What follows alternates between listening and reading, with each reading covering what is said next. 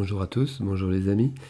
Alors dans cette vidéo, on va faire le tour du potager d'intérieur, c'est-à-dire un pied de poivron que j'ai hiverné.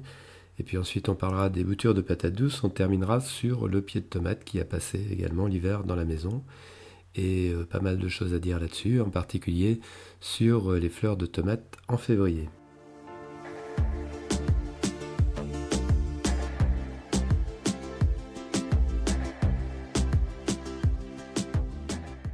Premier intérêt d'avoir un poivron hiverné dans la maison, ça permet de poursuivre les récoltes.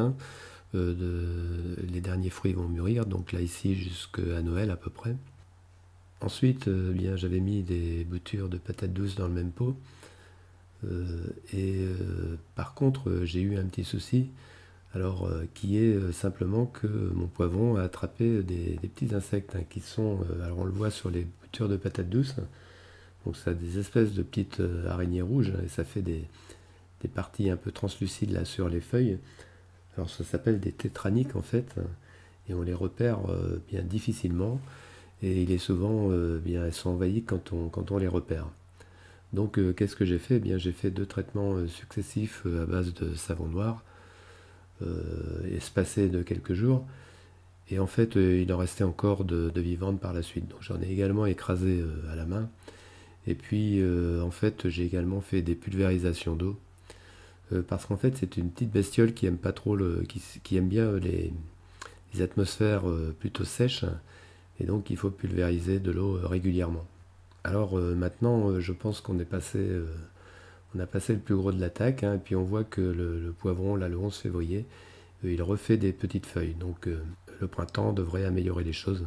Et en particulier, on devrait pouvoir, comme ici l'année dernière au mois de mai, avoir un poivron qui pourrait comme ça donner quelques poivrons à une saison où bien on est encore très loin pour ceux qu'on aura semés justement fin février. Donc c'est un petit plus quand même d'avoir hiverné un plant de poivron dans la maison.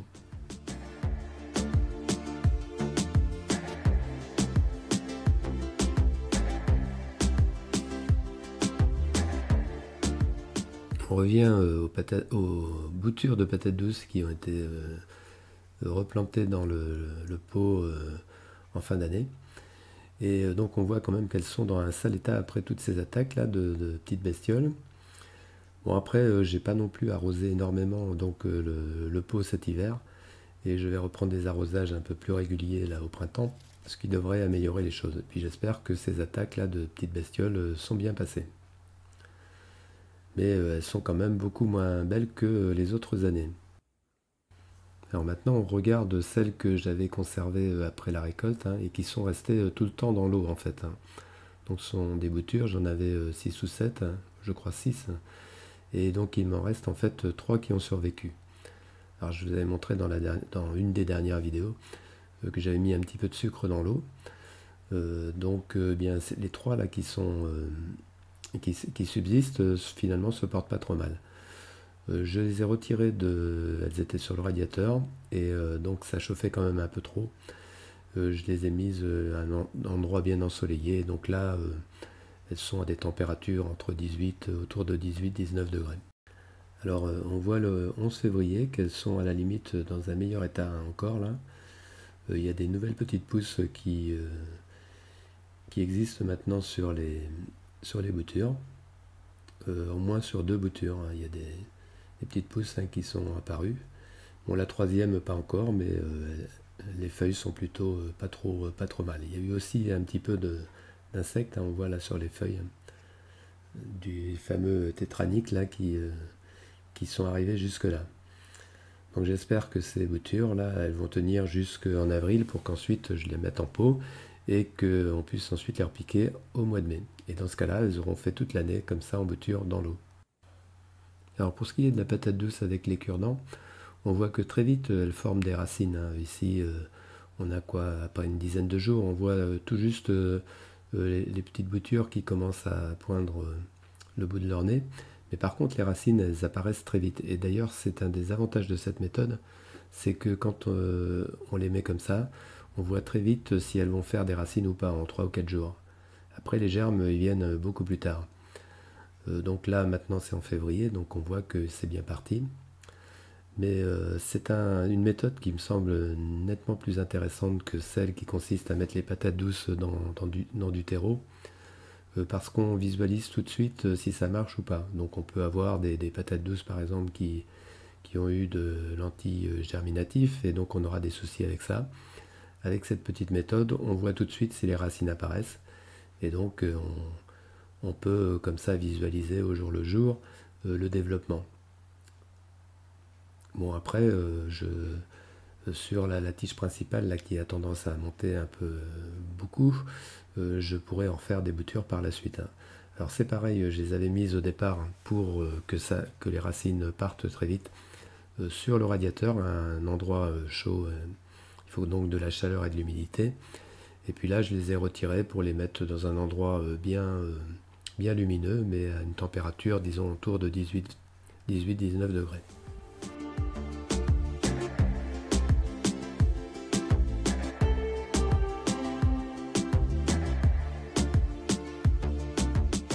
Alors pour notre pied de tomate, c'est comme pour le poivron, ça permet, en le rentrant dans la maison, de faire mûrir les tomates les plus tardives. Donc là, on en a eu en novembre, hein, fin novembre. Et c'est un moyen donc d'avoir une petite récolte supplémentaire comme ça, alors que c'est plus possible en pleine terre.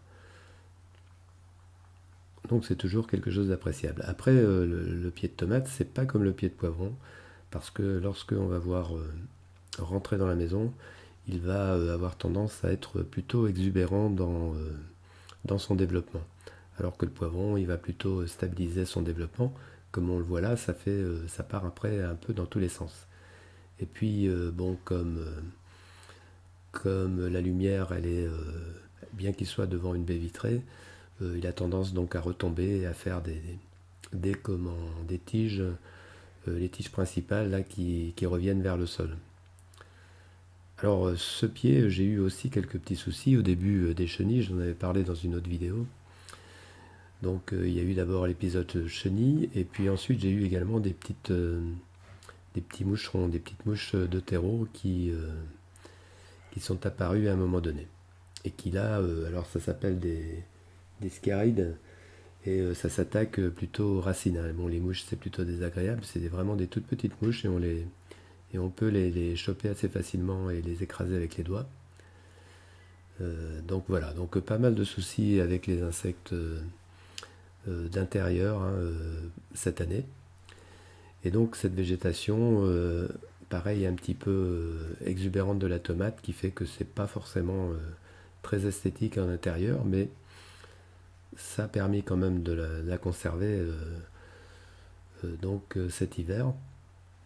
Alors la tomate, des fois on entend dire qu'il faut des durées de journée très longues pour passer l'hiver, hein. Comme c'est une vivace, hein, donc elle peut survivre dans des bonnes conditions 2 ans, 3 ans, voire jusqu'à 5 ans.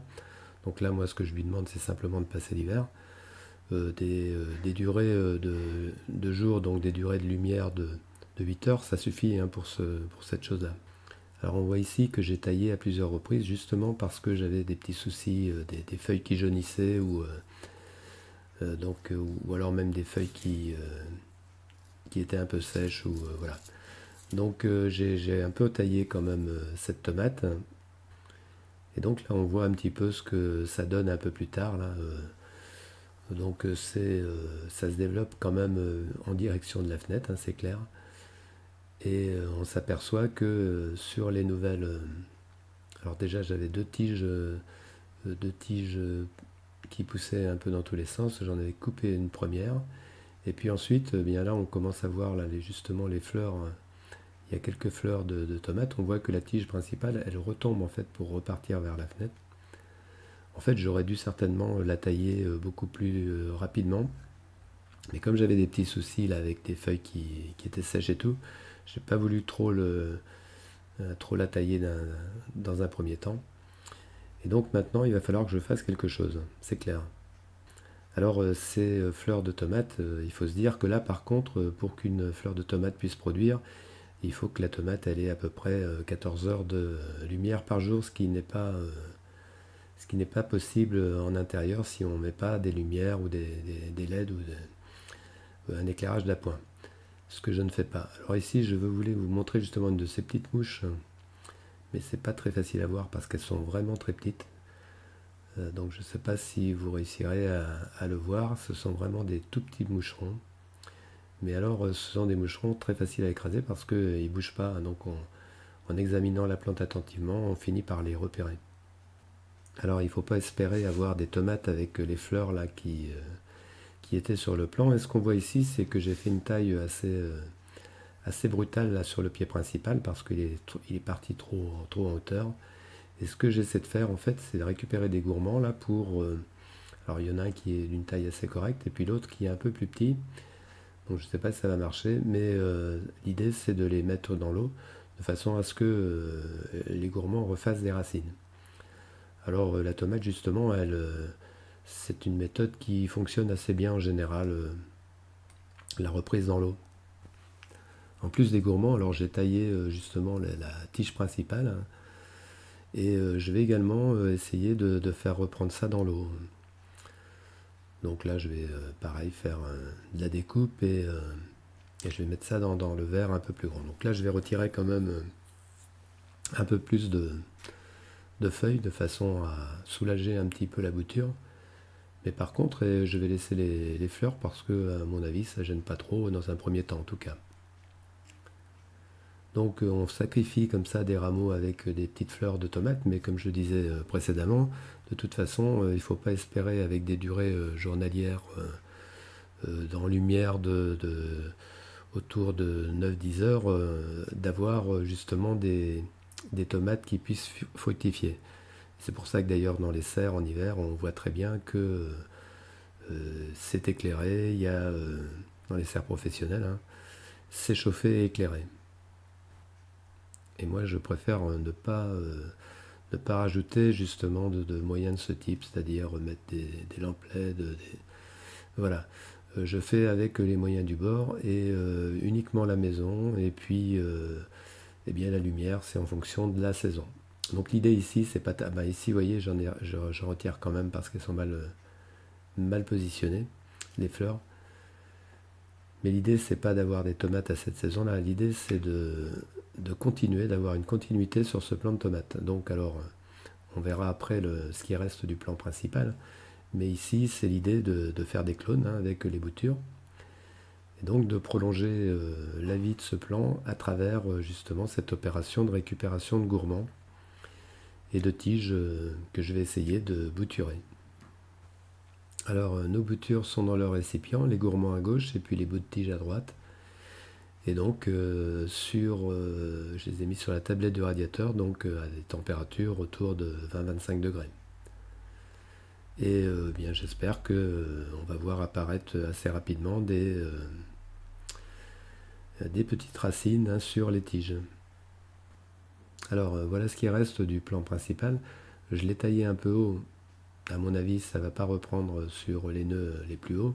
Mais je pourrais toujours tailler plus bas. Et en fait, il me reste, vous voyez, on voit le premier étage ici. Donc c'est plutôt, la végétation est plutôt assez basse. Et j'ai une partie en bas là qui pourrait très bien être la suite de ce pied de tomate, à condition bien sûr que cette lourde opération ne l'ait pas complètement détruit. On voit une semaine plus tard ce qu'il en est. Donc pour l'instant, pas de réapparition de pousses hein, sur la partie haute. Puis je pense qu'il y a des parties qui vont sécher. Donc on est toujours un peu dans la même situation. Et en fait, les parties qui se portent le mieux, c'est les parties du bas de la plante, hein, près du pied de ce pied de tomate. Donc j'espère quand même le conserver, on verra ce que ça donnera. Et puis on a également nos petites boutures de tomates hein, qui elles bien pourront aussi venir continuer ce plant de tomates hiverné. Alors l'intérêt, eh bien, ma foi, c'est de faire une expérience déjà, et puis c'est aussi peut-être d'avoir des plants un petit peu plus hâtifs hein, que si on les semait. 6 jours après, on voit que nos boutures se portent bien. On voit d'ailleurs que les fleurs, eh bien, elles sont toujours présentes, il n'y a pas de gros soucis de tenue pour ces boutures de tomates. Et puis si on regarde bien en fait, mais bon, on voit peut-être pas très bien avec avec sur la vidéo, mais commence à y avoir des petites radicelles blanches, par exemple là sur le gourmand le plus important, et puis aussi sur une tige de l'autre côté.